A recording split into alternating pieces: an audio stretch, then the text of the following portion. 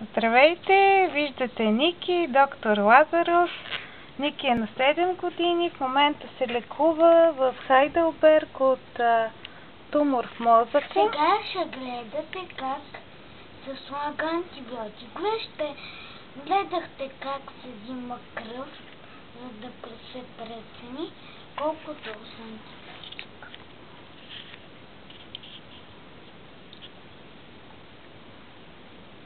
Откъсвате малко капачето и изкарвате въздух.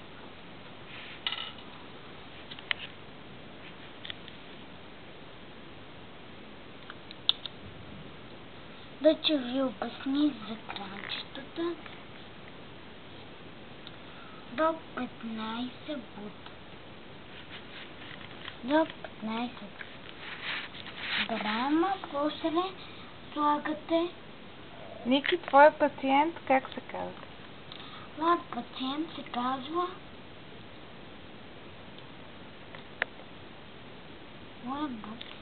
Моят пациент се казва Аника. Аника, от какво е болна Аника? Ами това е отделение за подобни болести като тумор, например и СУМ. За мозъчни болести? Да. И за онкология ли е това? Да. Долу отделението е за бъбреци,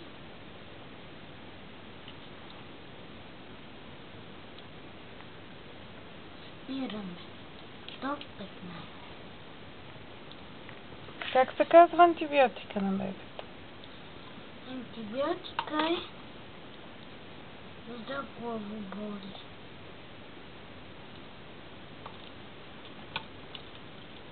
А как разбрахте, че бебето го боли глава? Значи бебето на първият симптом е, че го боли глава. Защото то е болно и глути суд.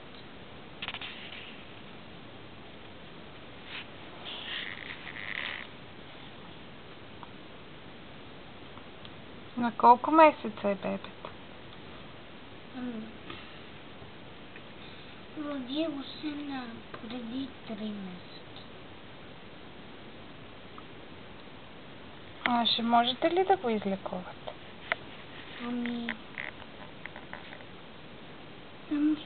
Само слагаме за главоболие, като стане малко по-голямо, тогава ще го лекуваме, защото без МРА не може. Но е много малко за МРА. Просто сега я успокоявате да не я боли? Да. Стане 2 месеца повече.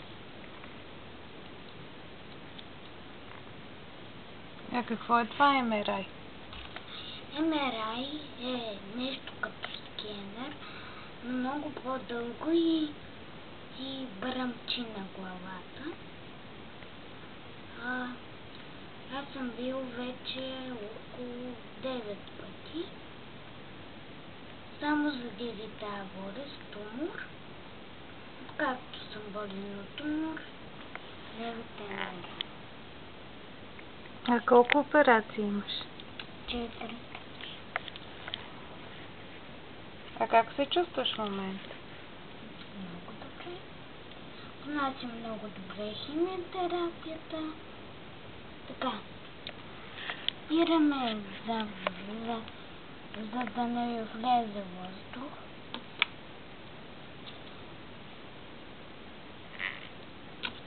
Връщаме кръвта, тя вече е изследвана.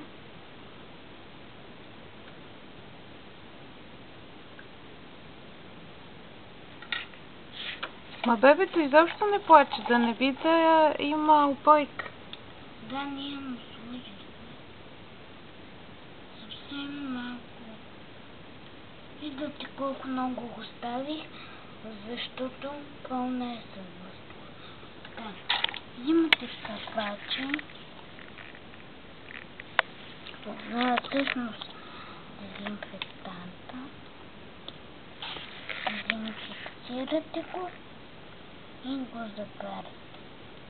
Като тази система е само за бебето.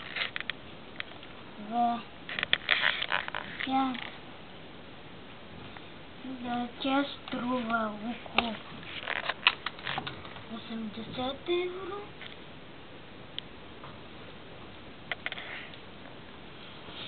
И е направена така, че да може да е направена специално за бебето. Ами, докторе, пожелавам ви успех и във вашето лечение и в лечението на вашите пациенти. Довиждане и до нови срещи, когато ще ни покажете как се оперира. Довиждане! Довиждане!